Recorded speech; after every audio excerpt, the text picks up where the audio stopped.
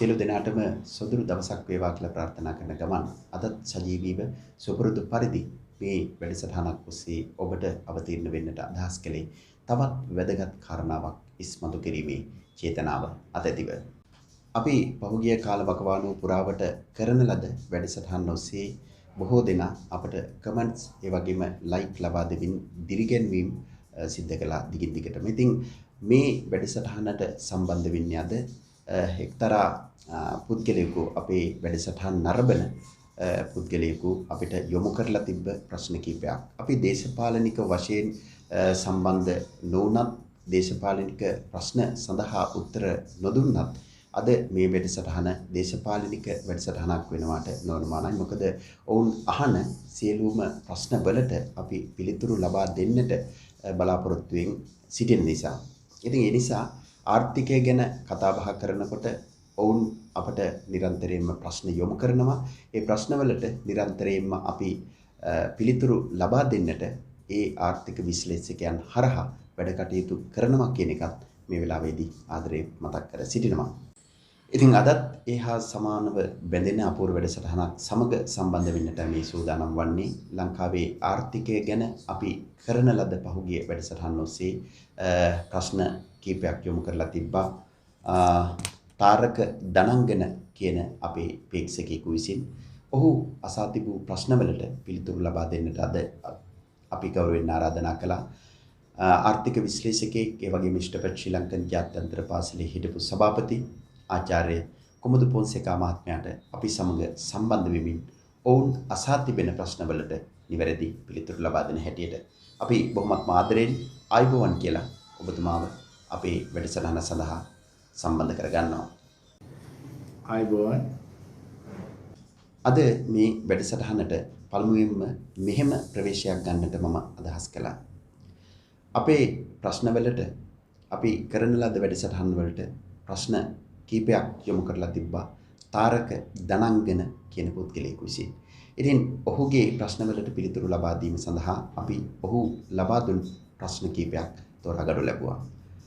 අද මම පළමුවෙන්ම ඔබතුමාට යොමු කරන්නට සූදානම් වන්නේ ඔහු විසින් අපට යොමු කරන ලද ප්‍රශ්නයක්. 1950 වන විට හොඳ සහතිකයක් තිබුණ ආසියාවේ හොඳම රට එහෙමත් නැත්නම් දෙවන තැනටපත් රට අපේ රට නේද? එහෙම තිබුණ රට විනාශ වෙන්නට ප්‍රධානතම හේතුව එවකට හිටි ජේ.ආර්. ජයවර්ධනද? මේ සම්බන්ධයෙන් ආර්ථික විශ්ලේෂකයෙකු හැටියට ඔබතුමා දකින්නේ කොහොමද? අද මේ තිබිච්ච ප්‍රශ්න ගොඩක් ගත්තාම දේශපාලනයට ගෑවිච්ච ප්‍රශ්න වුණා. අපි උත්සාහ කරේ නිතරම දේශපාලනයෙන් ඈත්ව කතා කරන්න. නමුත් අපි විශ්වාස කරන්න ඕන දේශපාලනය අයින් කරගන්න පුළුවන් දෙයක් නෙවෙයි. මගේ පියා මට කියලා තියෙනවා දේශපාලඥයන්ටත් දේශපාලන විද්‍යාඥයන්ටත් දේශපාලනය වෙන් කරන්න බෑ කියලා. ඒක අද ඔප්පු වෙනවා මේ ප්‍රශ්න නිසා. 1950 වැනි කාලයකදී අපි නිදහස අරගෙන අවුරුදු 2ක් වැනි කාල සීමාවක් වෙනවා. එතකොට 1950 දී රටක් හැටියට නිදහස ලැබුවේ සතටකින් තොරව. ඉන්දියාවට නිදහස ලැබුණාම අපිට නිකම්ම වගේ නිදහස ලැබුණා. කෙනෙක් කියයි නිදහස් සටන් කරා ලොකු කතාවල් කතා කරයි. නමුත් අපිට නිදහස ලැබුණේ ඉන්දියාවට ලැබෙනකොට ලෝකේ ගොඩක් රටවල් කරපු සටන් වල ප්‍රතිඵලයක් හැටියට අපි වගේ කුඩා රටකටත් නිදහස ලැබුණා. එතකොට 1950 ඉඳලා 1960 ගණන් වලට යනකොට ලංකාවේ විශාල වැඩපිළිවෙළවල් කීපයක් වුණා. ඒවා අපි අමතක කරන්න හොඳ නැහැ. 1950න් පස්සේ අපේ ටයිල් සංස්ථාව, එතකොට සීනි කම්හල්, එතකොට විශ්වවිද්‍යාල පද්ධතිය කරපු දියුණුව, අධ්‍යාපනයේ ලොකු දියුණුවක් ඇති වුණා. ඒකම අපේ තිබ්බා ලංකා ආර්ථිකයට අවශ්‍ය කරන ගොවිබිම් දියුණු කිරීම. අපි ඕකෙදි අනිත් දේශපාලඥයෝ ගැන කතා කරනවා නෙමෙයි, අපි අමතක කරන්න බෑ ලංකාවේ ඩඩ්ලි සේනානායක මහත්මයා, එතකොට ඒ අය කරපු සේවයන් අපි අමතක කරන්න හොඳ නැහැ. එහෙම ඇවිල්ලා 1960 70 ගණන් වල තමයි ජේ.ආර්. ජයවර්ධන 77 මේ 26 වෙනිදා බලයටපත් වුණේ.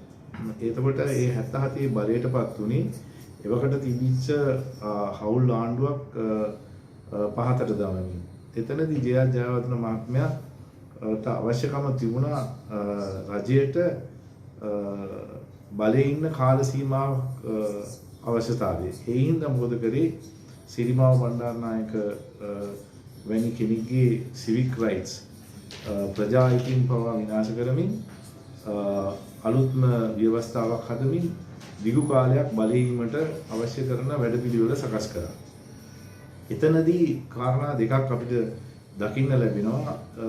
ඒ කරපු ව්‍යායාමයේ කොටසක් හැටියට තමයි TULF එක පාර්ලිමේන්තුවේ විශාල බලයක් ගත්තේ විරුද්ධ පක්ෂයේ. ඒකම කළු ජූරියට පවා මුල් පෑරුණේ. ඒ සියල්ල සිදු වුණේ 1971 කැරැල්ලෙනුත් පස්සේ. එතකොට අපි දකිනවා මේ දේශපාලනමය වශයෙන් විශාල වෙනස්කම් රාශියක් සිදු වුණා 1970 ඉඳලා 85 වෙන කාල සීමාව තුල. එතකොට මේ එතනදී දැක්ක තව කාරණාවක් තමයි මේ ව්‍යවස්ථාව පාවිච්චි කරා දේශපාලඥයන්ගේ දීර්ඝ පැවැත්ම සඳහා. ඒකෙදි කියනවා absolute power absolute corrupt කියලා. එතකොට මේ ජේ.ආර්. ජයවර්ධන corrupt කියන එක නෙමෙයි මම පැහැදිලි කරේ. ඒ absolute power එක බලය වැඩි කෙනෙක්ගේ අතට ගියොත් අපිට දකින්න හම්බ වෙනවා මේ කිසිම විනිවිද පේන්නේ නැති ආර්ථික ක්‍රම, ඊට පස්සේ සොරකම් කිරීම, එවැනි දූෂිත දේශපාලනය පටන් ගන්නේ විශාල බලයක් ලැබුණාම තමයි. මම දකින්නේ දේශපාලනමය වශයෙන් ජේ.ආර්. ජයවර්ධන අතින් ලොකු වැරදි සිදු වුණා. ඒ වැරදි නිසා තමයි ආර්ථිකයේ බලාපොරොත්තු වෙච්ච වෙනස කරගන්න බැරි වුණේ. ඒකට ජේ.ආර්. ජයවර්ධන ගෙනාවා ආර්ථික සැලැස්මක් රටට, අලුත්ම සැලැස්මක්. තිබිච්ච සැලසුම්ගත ආර්ථිකයට වඩා වෙනස් සැලැස්මක්. පස් අවුරුදු සැලැස්මක් කියලා එකක් සිරිමාව බණ්ඩාරනායක රජයේ කාලේ තිබ්බ මට මතකයි. ඒකෙන් කිසිම ප්‍රතිඵලයක් රටට ලැබුණේ නැහැ. ඊට පස්සේ ජේ.ආර්. ගෙනාවා කොළඹ ක්‍රමය, මහවැලිය සහ නිදහස් ආර්ථිකය කියන එක. මට කියනකොට 1983 වෙනකොට ලංකාව ආසියාවේ වැඩිම ප්‍රවර්ධනයක් තියෙන රට බවට පත් වුණා. නමුත් අර දේශපාලනමය වශයෙන් කරගත්ත වැරදි නිසා මේක ඒකේ සස්ටේනබිලිටි එකක්, ඒකේ දීර්ඝ පැවැත්මක් ලබා ගන්න බැරි වුණා. ඒත් එක්කම තාරක දනංගන තවත් ප්‍රශ්නයක් යොමු කරලා තිබුණා. ඒ තමයි විශාල වශයෙන් අපේ රටේ ආර්ථිකය පිරිහුණේ ජේ.ආර්. ජයවර්ධන මහතාගේ විවෘත ආර්ථිකයෙන්ද? එහෙමත් නැතිනම් කළු ජූලිය වගේ ප්‍රශ්න වලින්ද කියලා ඔහු නැවතත් ප්‍රශ්නයක් යොමු කරලා තියෙනවා. ඔබතුමාට හැඟෙන්නේ කුමක්ද ඒ සම්බන්ධයෙන්?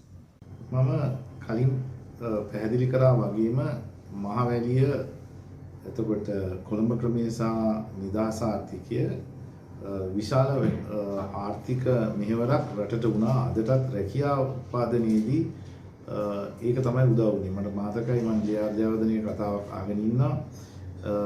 මහ පොළොක් පිළිබඳව කතා කරද්දී එයාගේ පළවෙනි බලාපොරොත්තුවත්, දෙවෙනි බලාපොරොත්තුවත්, තුන්වෙනි බලාපොරොත්තුවත් රැකියාව උත්පාදනය කිරීමේයි ඔහු ප්‍රකාශ කළා. මම රැකියාව සම්බන්ධයෙන් කතා කිරීම ගැන නායකයන්ට මම විශේෂයෙන්ම සතුටු වෙනවා. නමුත් නිදහස් කලාපයේදී එක වරදක් කරගත්තා. මට මතකයි ලලිත් ඇතුළත් මොදරි මහත්මයා ප්‍රකාශ කරනවා.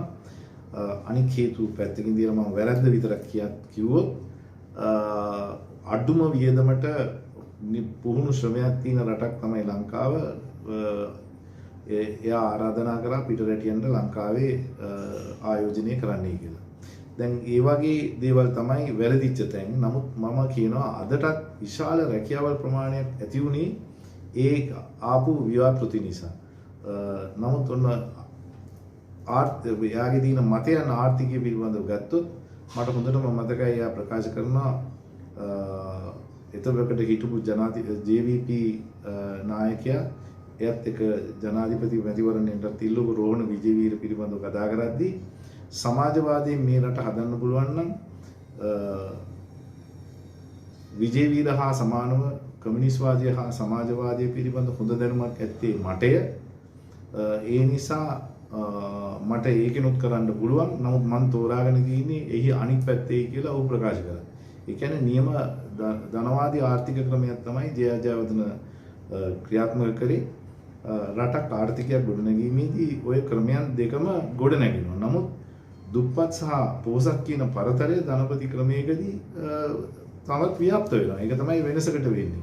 ඔය ආර්ථික ක්‍රම දෙකේම හොඳ පැත්තකුත් තියෙනවා නරක පැත්තකුත් තියෙනවා. එතකොට ජයජයවර්ධන කියන්නේ නියම ධනපති ආර්ථිකයක් ලංකාවේ හදපු පාර්ලිමේන්තුවත් ධනපති වේදිකාවක් කරපු මිනිසයා තමයි ජයජයවර්ධන කියන්නේ. ඒ පිළිබඳව කිසිම විවාදයක් නැහැ. එතකොට නැවත අපි කතා කරොත් අසාර්ථක වීම පිළිබඳව අපිට ප්‍රකාශ කරන්න පුළුවන් ඔහු කරගත්ත වරදක් තමයි විරුද්ධ පක්ෂයේ දේශපාලන නායකයන්ව හීලකරන එක මරා දමන එක වගේ දේවල් වලදී ඔහුගේ කාර්යයේදී සිදු වුණා. ඒවා අදටත් අපේ රට දුක් විඳිනවා. දක්ෂ දේශපාලඥයින්ව ඝාතනය කිරීම වලට හවුවෙච්ච කාල සීමාව නිසා. දක්ෂ දේශපාලඥයින් ඉන්න ඕන. තමුන්ට හොඳ විරුද්ධ පක්ෂයක් නැත්තම් ප්‍රජාතන්ත්‍රවාදයක් තුළ රටක් හදන්න අමාරුයි. තුන්වන ප්‍රශ්නය හැටියටත් අපි ඔහු යොමු කරපු ප්‍රශ්නයක් තමයි තෝරාගනු ලැබුවේ. ජේ.ආර්. ජයවර්ධන මහතාගේ කාලය වන විට අපේ රටේ ආර්ථිකය තිබුණේ කොතනද? අද තියෙන්නේ කොයි වගේ තැනකද කියලා ඔහු නැවතත් ප්‍රශ්නයක් අපට යොමු කරලා තියෙනවා. ජේ.ආර්. ජයවර්ධන ගේ ආර්ථික ප්‍රතිපත්තිය ඇතුළත අර මම කියපු සැලසුම්ගත ආර්ථික ක්‍රමයන්ට අමතරව විශේෂයෙන්ම රිසර්ච් වර්ක් එයා තමයි විශේෂයෙන්ම රටට අවශ්‍යයි කියන එක රිසර්ච් වර්ක් අවශ්‍යයි කියන එක ඉදිරිපත් කරේ. ඒක අදටත් අපි දියුණු කරපු දෙයක් නෙමෙයි. ඒක පටන් ගත්තට ඒක දියුණු කරේ නෑ. හැබැයි කරපු එක හොඳ දෙයක්. එතකොට සංචාරක ව්‍යාපාරයේ දියුණුවක් ගෙනාවා නම් ජයජයවර්ධන කාලේ ගෙනාවේ. නමුත් මම ඔය ඔක්කොම ආර්ථිකමය පැත්තෙන් කතා කරද්දී මම දේශපාලනමය වශයෙන් ඔහුගේ ප්‍රතිපත්තිත් එක්ක එකතු වෙන්නේ නැහැ.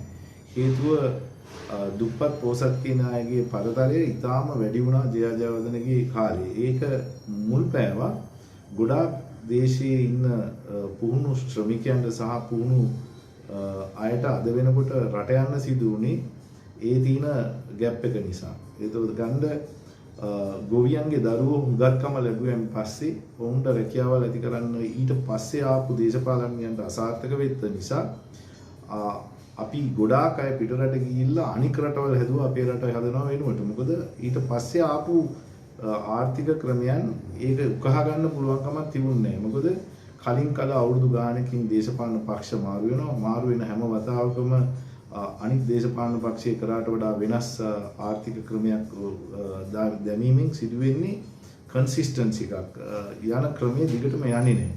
ඉතින් මට කියන්න පුළුවන්කම තියෙනවා අදටත් ලංකාවේ ගොඩක් දේවල් මම ජේ.ආර්.ගේ දේශපාලන පැත්ත මම අරගන්නේ. නමුත් ඔහුගේ කාලයේදී ඉන්දියාවෙන් තිබ්බ බලපෑමක් බලපෑවා අසාර්ථක වෙන්න. නමුත් මම දකිනවා ජේ.ආර්. සහ ඔහුගේ පවුලට විෂන් එකක් තිබ්බ රටට. නමුත් ඒගොල්ලෝ දැන් කාලේ ඉන්න දේශපාලඥයෝ වගේ පෞල්වාදයක් ගෙනිච්ච දේශපාලඥයොත් නෙමෙයි. ඒකත් අපි ප්‍රකාශ කරන්න ඕන. මොකද හේතුව අද ලංකාවයි ඉන්දියාවත් දුක් වෙන්නේ ගොඩක්ම නෙපොටිසම් කියන එක උඩ. නෙපොටිසම් එක ඊටාම භයංකාර දෙයක් අපේ ප්‍රජාතන්ත්‍රවාදී රටවල් වල බිහි වෙන්න ගත්තාම. ඒගොල්ලන්ට ඊට පස්සේ බලය දාලා යන්න බැරි වෙනවා. අද බලය දාලා යන්න බැරි වෙච්ච ඉඳලා ඇමරිකාවේ දේශපාලන තත්ත්වය බලන්න. බලය දාලා යන්න පුළුවන්කමක් තියෙන්න ඕන. නෙපොටිසම් කියන්නේ පෞල්වාදයක් බිහි වුණාන් පස්සේ උන්ට කැමති නැහැ දාලා යන්න. ඒක දේශපාලනමය වශයෙන් ආර්ථිකමය වශයෙන් දෙපැත්තෙන්ම රටට භයංකාරයි. නිදහස ලබාගෙන වසර 72ක් ගතවන මේ මොහොත වන විට අපේ රටේ පාලකයන් බොහෝ පිරිසක් රට පාලනය කළා. එදා සිට අද දක්වා වසර 72ක් ගතවන මේ කාල පරිච්ඡේදය තුළ ඔබතුමා දකින විදියට සාර්ථකම පාලකයා හැටියට දකින්නේ කවුද? ඇත්තටම අන්ධයන්ගේ ඇස්පෙනීම් පිළිබඳව හොයාගෙන යනකොට අපිට දකින්නම් වෙන්නේ කාගේ හරි පෙනුමක් පොඩ්ඩක් හොඳයි කියන එක විතරයි. හේතුව අපේ රටේ පව් කාලයේ ඇතිවෙච්ච දේශපාලන නායකයන්ගේ තිබුණේ රටට ආදරයක් කියන එක. අපි විශේෂයෙන්ම මේ පසුබැසීමට මූලික හේතු වෙන්නේ දේශපාලනයන්ට වඩා දේශපාලනයන් පිටුපස ගිය හෙන්චයිලා සහ අපිත් වග කියන්න ඕනේ. එයාට ඡන්දෙ දීපු අය. අපි සියලු දෙනා වග කියන්න ඕනේ. රටක නායකයාට පමණක් අපි සම්පූර්ණ වගකීම දෙන්න හොඳ නැහැ. අද වෙනකොට ජනතාවට වඩා මාධ්‍ය වග කියන්න ඕන. ඒකින්ද මට කියන්න තියෙන්නේ මාධ්‍ය තමයි අද දේශපාලඥයෝ බිහි කරන්නේ නැති කරන්නේ දෙකම කරන්නේ. ඒ නිසා අපි දේශපාලඥයෝ ගැන මේ විදිහේ ඇසෙස්මන්ට් එකක් අපි කරනවා නම් අපි බලන්න ඕන ඉන්ඩිකේටර්ස් වලට මොනවද උනේ කියලා. ඒ ඉන්ඩිකේටර්ස් කියන්නේ ලංකාවේ ප්‍රවර්ධනය ජේ.ආර්. ජයවර්ධනයේ කාලේ තමයි වැඩිම ප්‍රවර්ධනයක් බිහිුනේ රටේ. අදටත් ඒක සස්ටේනබල් අවුරුදු ගානකට පැවැත්මකට ආපු දේවල් උනේ ඒ කාලේ. එතකොට අපි ගමු යුද්ධය හැසිරවීමේදී හොඳ නායකත්වයක් දුන්නා මහින්ද රාජපක්ෂ ජනාධිපතිතුමාගේ කාලේ. යුද්ධයක් නැති කිරීම ඉතාම වැදගත්. අපි ගමු අද ජර්මනිය සහ ඇමරිකා ජපානය දෙවනි මහා ලෝක යුද්ධයෙන් පස්සේ විශාල තැනකට ආවේ දෙවනි මහා ලෝක යුද්ධයෙන් පස්සේ රටවල් දෙකට තහනම් වුණා යුද්ධය සඳහා කරන වැය අඩු කරන්න. වැය අඩු කිරීමට බලපෑම් කරා. ඒකේ ප්‍රතිඵලයක් හැටියට මේ රටවල් දෙකම යුද්ධයට යන වියදම්, ඒ කියන්නේ ආරක්ෂාව සඳහා යන වියදම රටේ සංවර්ධනයට පාවිච්චි කරනවා. දැන් අපි යුද්ධය ගැන ගත්තොත් මහින්ද රාජපක්ෂ මහත්මයා හොඳම නායකයෙක් හැටියට දකින්න පුළුවන්. නමුත් යුද්ධයෙන් පස්සේ ගත්ත ක්‍රියාමාර්ගවලදී ඔහු පිළිුණා. ඒ හින්දා තමයි ජනතාව ඔහුට විරුද්ධව ගියේ. යුද්ධයෙන් පස්සෙත් අද හමුදාවට කරන වියදම ඉතාම විශාල වියදමක්. අනික් එක මේ යුද්ධයන් වුණේ රටේ අභ්‍යන්තරයේ විසක් පිටස්තර රටවල් එක්ක නෙමෙයි. පිටස්තර රටවල් එයට සම්බන්ධ වෙන්න ඇති. නමුත් මේ යුද්ධයන් සියල්ල කරේ රටේ ජනතාවත් එක්ක. එතකොට අපි බලන්න ඕනේ රටේ ජනතාව රටට විරුද්ධව නැගී හිටින තත්ත්වයන් මගහැරීන හරන්න ඕන කරන වියදම් විසක් ඔවුන් රටට විරුද්ධව ඇවිල්ලා ඉවරලා ඔවුන්ව සටන් කරලා පරාජය කිරීම ජයග්‍රහණයක් හැටියට දකින්න නෙමෙයි. එතකොට මේ යුද්ධෙන් පස්සේ අපිට ක්‍රමයක් හැදුනා නම් මේ යුද්ධයට යන වියදම අඩු කරලා හමුදාවට යන වියදම අඩු කරලා ආර්ථිකය නගා සිටවලා සමාජය අතර හොඳ ව්‍යාප්ත ක්‍රමයක් ඇති වුණා නම් ඔන්න මට කියන්න පුළුවන් ඒ සාර්ථකයි කියලා. ඉතින් මම අර මුලදී කිව්වා වගේ මේ දේශපාලන නායකයෝ ගාව හොඳ දේවල් තිබුණා. සමහර දේවල් සාර්ථක වුණේ නැත්තේ ඔවුන් ගාව හිටපු කණ්ඩායමේ තිබිච්ච දුර්වලතාවය. උදාහරණයකට ගත්තොත් ජේ.ආර්. ජයවර්ධන මහත්මයා ඉද්දී ඔහුගෙන් බලය ගන්න බලාගෙන හිටපු අය කකුලෙන් ඇද්දා. ඊට පස්සේ අද ගත්තොත් ඉන්න ජනාධිපතිතුමාට මම හිතනවා ගොඩාක් ආසාවක් තියෙනවා ලොකු වෙනසක් කරන්න. ඔහුගේ කකුලෙන් අදිනවා. එතකොට කරන්න බෑ. අපිට අවශ්‍ය කරන්නේ රටකට කණ්ඩායමක් එන්න ඕන. නායකයෙක් ඇති වෙන්නේ කණ්ඩායමක හිටියොත් විතරයි. නැත්නම් නායකයෙක් නෙමෙයි. අපේ රටට කාලයක් තිස්සේවත් අපිට දකින්න හම්බුන්නේ හොඳ කණ්ඩායමක් බලය ගන්නවා. 1970 අපි බලාපොරොත්තුවක් තිබ්බා සිරිමාව බණ්ඩාරනායකත් එක්ක කණ්ඩායම. නමුත් ඇත්තටම උනේ බොහොම පාටු බලාපොරොත්තු ඇතිවීමෙන් ඒ කණ්ඩායම විනාශ වෙච්ච එක. ඒ කණ්ඩායම විනාශ වෙනකොට විනාශ වෙන්නේ අපේ රට, අපි ජාතිය. අද ගත්තොත් කුඩා සංවිධාන ඇවිල්ලා රටට වඩා රටේ රජයට වඩා ශක්තිමත් වෙලා තියෙනවා. හේතුව ඒ කණ්ඩායම වල තියෙන ශක්තිය නිසා. බලයට එන කණ්ඩායමේ ශක්තිය නැති නිසා. අපිට අවශ්‍ය කරන්නේ නායකයෙක් විතරක් ඇති වෙන්නේ. නායකයෙක් ඇති කරන්න නම් හොඳ කණ්ඩායමක් බිහි වෙන්න ඕන. බොහෝ ආර්ථික විශ්ලේෂකයන්ගේ මතය නම් අපේ රට දැනටමත් බංකොලොත් රාජ්‍යයක් කියන එක. නමුත් මේ පාලනය කරන කිසිදු පාලකයෙකු කැමති නැහැ Taman බංකොලොත් කියන වචනේ පාවිච්චි කරන්න. එහෙමත් නැත්නම් පරාජය බාර ගැනීමට. ඇයි මෙහෙම වෙන්නේ? ඇත්තටම අපේ රට බංකොලොත් රාජ්‍යයක්ද? මේක 1980 ගණන් වල ඉඳලම පටන් ගත්ත ආර්ථික තත්ත්වයක්. 1990 ගණන් වල අපේ ණය ප්‍රතිශතයන් විශාල ගානකට ගියා. මට තාම මතකයි මම ඉගෙන ගන්න කාලේ විජේවීරගේ රැස්වීමකට ගිය වෙලාවක විජේවීර කිව්වා එයා බලයට ආවොත් අරන් තියෙන ණය මේ අසාධාරණ ණය ගෙවන්නේ නැහැ කියලා. ඕක තමයි මම පළවෙනියෙන්ම ඇහුවේ කවුරු හරි කියනවා මේ පිටස්තරින් ණය අරන් නොගෙවා ඉන්නවා කියලා. මම කල්පනා කරා ඒක කරන්න පුළුවන්ද කියලා. ඊට පස්සේ අද ගත්තාම මේ ණය ප්‍රමාණය ඉතාම ඉහළ තත්යකටපත් වෙලා තියෙනවා. ඔය ණය ගෙවා ගන්න බැරි වෙච්ච රටවල් තියෙනවා. වෙනිසුලාව, එක්වඩෝ එවැනි රටවල් ඔවැනි තත්ත්වයන් වලට පත් වෙලා ඊවන චීනය පවා බංකොලොත් තත්වයකටපත් වෙච්ච ඉතිහාසයක් තියෙනවා. එතකොට අද ඒ රටවල් ඉස්සරහම ඉන්නවා. ඉතින් මම පැහැදිලි කරන්න උත්සාහ කරන්නේ අද බංකොලොත් රටක් හෙට හොඳ තත්වයකට ගේන්නත් පුළුවන්කමක් තියෙනවා.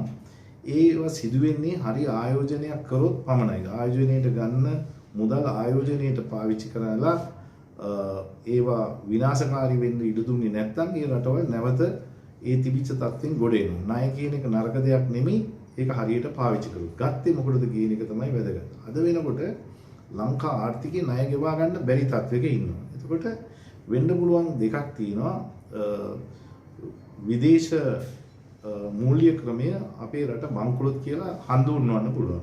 ඒක හඳුන්වන්නේ බැරි වෙලාවත් ණය වාරිකයක් අපිට ගෙවා ගන්න බැරි වුණා. වාසනාවකද පිටරට ගිය සේවකීන්ගේ සල්ලි දින නිසා අපිට මේ ණය වාරික ගෙවා ගන්න පුළුවන්. ඊට අමතරව රටකට පුළුවන් වෙන්නේ රටේ සම්පත් විකුණන එක. දැන් ලොකු සාකච්ඡාවල් තියෙනවා රටේ සම්පත් විකුණන්න යනවා කියලා. ඒක තමයි අනික් ක්‍රමය. රටකට ණය වාරික ගෙවා ගන්න බැරි වුණාම කරන්න තියෙන්නේ. එතකොට අර ණය ගත්ත රටවල් උත්සාහ කරනවා. ඕක එකපාරක් වෙනෙසුලාව ණය ගත්ත රටවල් යුරෝපෙන් ණය අරන් නොගෙවා ඉන්න උත්සාහ කරනවා. ඊට පස්සේ යුරෝපෙන් ගිහලා වෙනෙසුලාට අයිති නැව් පවා විනාශ කරලා දාලා යුද්ධ තත්වයකටපත් වුණා. එතකොට අපි අහනවා එවැනි තත්ත්වයක් බිහි වෙයිද? අපේ කාටවත් කියන්න බෑ. ඒක දේශපාලඥයන් විසින් අද එයාලා තමයි මේ තත්ත්වෙ බිහි කරේ. ඒගොල්ලන්ගේ වගකීමක් තියෙනවා මේ තත්ත්වෙන් ගොඩ එන්න. බැරි වුණොත් තව දෙයක් තියෙනවා. සමහර රටවල් අපි ගත්තොත් ග්‍රීසිය යුරෝපීය සංවිධානයේ සහයෝගය ඇතිව ඒගොල්ලන් බංකොලොත් තත්ත්වයටපත් වෙලා ඒගොල්ලන්ගෙන් රට නැවත ගොඩ ගත්තා. එතකොට බංකොලොත් කියලා ප්‍රකාශ කරොත් මොකද වෙන්නේ කියන එක තමයි වැදගත්. බංකොලොත් කිව්වහම වෙන්න පුළුවන් එකම දේ අද රටේ ඉන්න සල්ලි දින මිනිසුන්ගේ සල්ලි දෙගුණ තුගුණකින් වැඩි වෙනවා. දුප්පත්කම තවත් වැඩි වෙනවා. සල්ලි තියන අයට පාඩු නැහැ.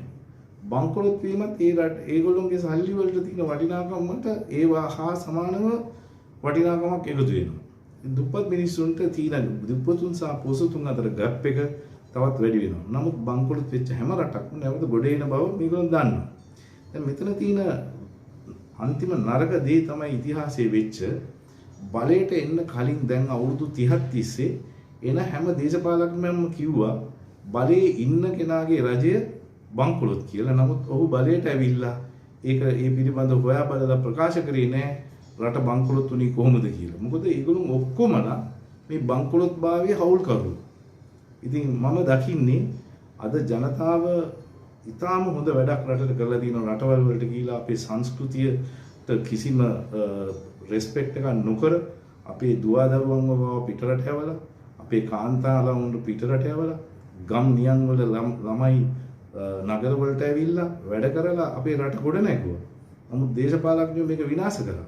නමුත් මම හිතනවා මෑත කාලයේ ඉන දේශපාලන දර්ශකයන් මේක මීට වඩා වෙනස් කරයි කියලා. quality of life එතකොට විශේෂයෙන්ම අපි ආරක්ෂා කරගන්න ඕනේ රටේ සංස්කෘතිය.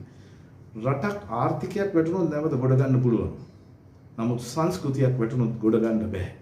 ඒකට හොඳටම උදාහරණය තමයි අපි පිළිගන්නේ නැති සංස්කෘතියන් තමයි තායිලන්තයේ පිලිපීනයේ වගේ රටවල් වල සිදු වෙලා තියෙන්නේ. එවැනි දෙයක් සිදු වෙනවා දකින්න මම නම් ඒක ආරක්ෂා කරන්න ඕනි සියලු දෙනා. ආර්ථිකයක් ඕනම වෙලාවක ගොඩනගන්න පුළුවන් වෙන්නේ අපේ රටේ තරම්ම සම්පත් තියෙනවා.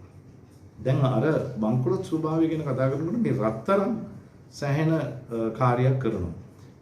ගොඩක් සල්ලි තියෙන මිනිස්සු කරන්නේ මේ බංකොලොත් යන ස්වභාවයේ තියෙද්දි රත්තරන් අර ගන්නවා. මොකද රත්තරන් වලට වටිනාකම මේ කාලෙත් ලෝකේ වැඩි වෙගෙන යනවා. එතකොට මේක බංකොලොත් කියලා ප්‍රකාශ කරපු ගමන් ඒ රත්තරන් වල තියෙන වටිනාකම වැඩි වෙනවා. ඉතින් රටක රත්තරන් සංචිතය රත්තරන් වල මිලත් බංකොලොත් ආර්ථිකයක් තත්වික තියෙද්දි තාම වැදගත් කාර්යභාරයක් කරනවා. ඒ පිළිබඳව පාලකයා ඒ පිළිබඳව විමසිල්ලෙන් සිටීම වැඩි තියෙන්නේ සමහර දේශපාලන නායකයන්ට උපදෙස් දෙන අය වෙනත් රටවල් වල අවශ්‍යතාවය ඉටු කරන්න ඉදිරිපත් වෙලා ඉන්නවා නම් කවදාවත් රටේ පාලකයාට මඟ පෙන්වීමකුත් සිදු වෙන්නේ නැහැ කියන එක අපි මතක තියාගන්න ඕන.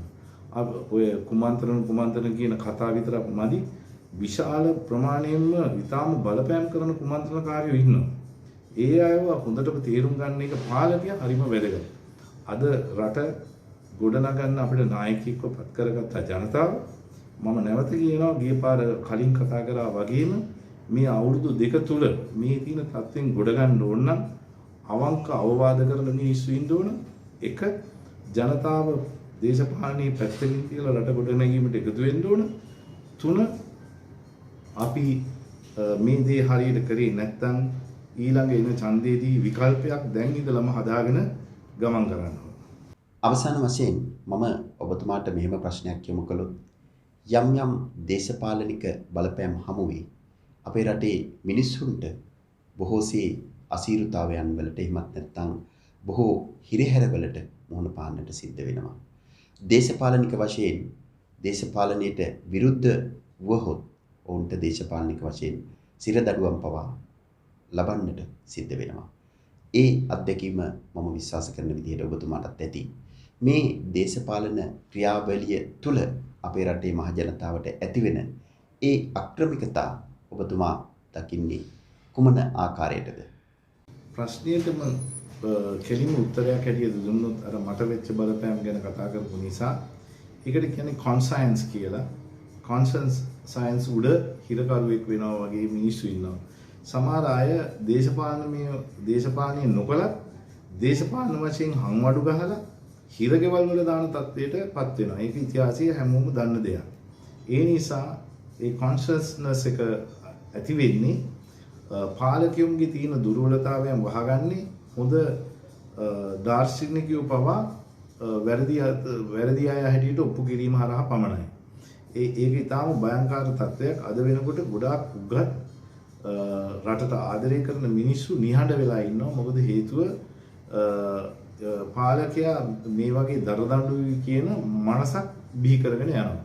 සමහරවිට පාලකයා බිහි කරනවා, සමහරවිට විරුද්ධ පක්ෂ පාලකයාව ඒ තත්ත්වයට ඇද දානවා. ඒ නිසා අපි ඊටාම ප්‍රවේශම් වෙන්න ඕන. එතකොට ඕකෙදී අපි මුසලෝනි වගේ නායකයෝ බිහි වෙනවා වගේ කතාවල් ප්‍රකාශ කරගෙන යනවා. එතකොට අපි කල්පනා කරන්න ඕන උගතුන් සහ වියතුන් අවංක අය විශේෂයෙන් මේ රට ගියා ඉන්නවනේ අවුරුදු ගාණක්. ඒ අය රටට එන්න බලාගෙන ඉන්නවා. ඒ අයව ගෙන්න ගන්න පුළුවන් වෙන්නේ එයාලට ආරක්ෂාවක් දුන්නොත් පමණයි. ඒ නිසා මේ මාධ්‍යයත් එකතු කරගෙන අද හමුදාවත් එකතු කරගෙන ඇති වෙලා තියෙනවා නම් දේශපාලන වශයෙන් ස්පෙකියුලේෂන් එකක්. ඒ කියන්නේ මතවාදයක් බිහි කරගෙන තියෙනවා නම් මේක යන්නේ ඊටාම භයංකාර ඒකාධිපතිවාදයකට කියලා එවැනි මතයන් බිඳ දාන එක ඊටාම වැදගත්. ඒ බිඳ දැම්මොත් විතරයි පිටරට ගිය අයගේ සල්ලි පිටරට ගිය අයගේ ආයෝජනය රටට ගේන්න පුළුවන් වෙන්නේ. ඒකම වඩාත්ම වැදගත්කම තියෙන්නේ සංහිඳියාවක් තියෙන හොඳ දැනුමක් තියෙන දක්ෂතාවයන් තියෙන නිපුණත්වයක් තියෙන මිනිස්සුන් මිනිසයන්ගේ දායකත්වය ගන්න ඕන නම් ඒ අයට ගැරන්ටි එකක් දෙන එක හරිම වැදගත්. මම හිතනවා රටේ ජනාධිපතිතුමා මේක තීරුම් ගන්න අරගෙන ඇති. නමුත් මේ මාධ්‍ය ඌමනාවට වඩා පාවිච්චි කිරීමෙන් මාධ්‍ය විරුද්ධ පක්ෂ විශාල සෙයින් මේ දවස්වල පාවිච්චි කරගෙන යනවා. රටේ බියක් ගන්නවා. මේ බිය ගන්නවන එක දැන් ගිය අවුරුදු 30ක් ඇතුළත විශාල ප්‍රමාණයෙන් අපේ රටේ සිදු වුණා. බිල්ලෝ බිහි වුණා, සුදු වෑන් බිහි වුණා. ඔය කතාවල් ගොඩාක් බිහි වුණා. ඕවා අපේ රටවල් වලට අන්තිම අසාර්ථකයි. ඒ නිසා විශේෂයෙන්ම ජනාධිපතිතුමා ඉදිරිපත් වෙලා මේ කතාවල් කතා කරන එක සම්පූර්ණයෙන් නතර කරන්න ඕන. යම්කිසි කතාවක් ආවොත් එවැනි කතාවක් ඒ අයව දඬුවම් දෙන්න ගේන්න ඕන.